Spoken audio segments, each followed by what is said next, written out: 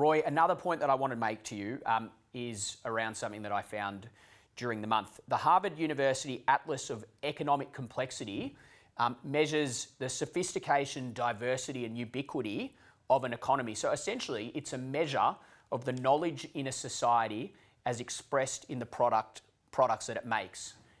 Let's have a look at the top nations in this measure. So these are the economies that use the knowledge of their people to create diverse, ubiquitous and sophisticated products.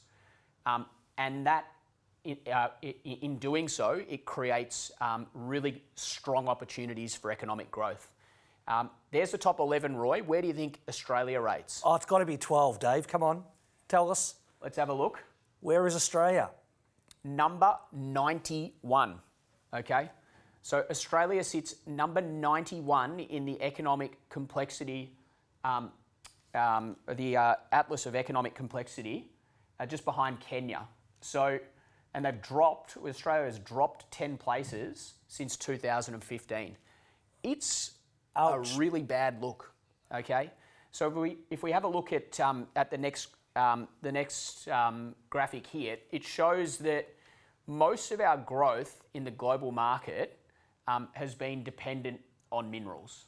And this is Australia only. This is Australia. So our growth, the only one that's growing, appears to be minerals. Everything else where we would add value, such as vehicles, are declining. Exactly. So vehicles, you look at electronics and you look at services, and Australia's services has been one of its biggest export products as well, but we're actually in decline in that space. So as we've said on this show on a number of occasions, a coordinated approach from all arms of government is needed, in my mind, to understand what Australia's future looks like from an economic growth perspective. Because once we mine the country, that graph suggests that we don't really have much to hang our hat on. We don't have an economically complex environment.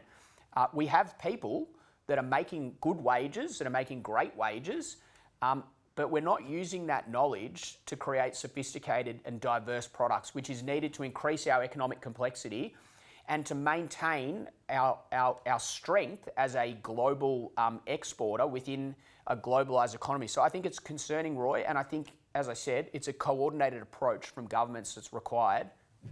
Much easier said than done. We export the minerals and other countries turn it into something that's more valuable. That's what it really means. And we need to start turning stuff into more valuable items here in Australia.